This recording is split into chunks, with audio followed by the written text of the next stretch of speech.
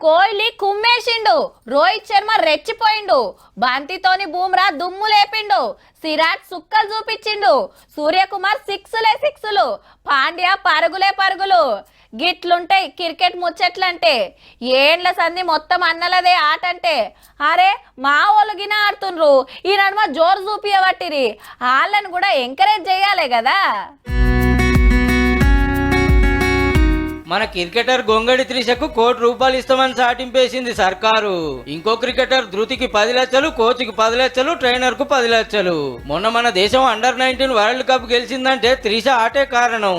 ఇటు బౌలింగ్ లా అటు బ్యాటింగ్ లా ఖతర్నాక్ ఆడింది. 309 రన్నులు చేస్తే అందులో ఓ సెంచరీ.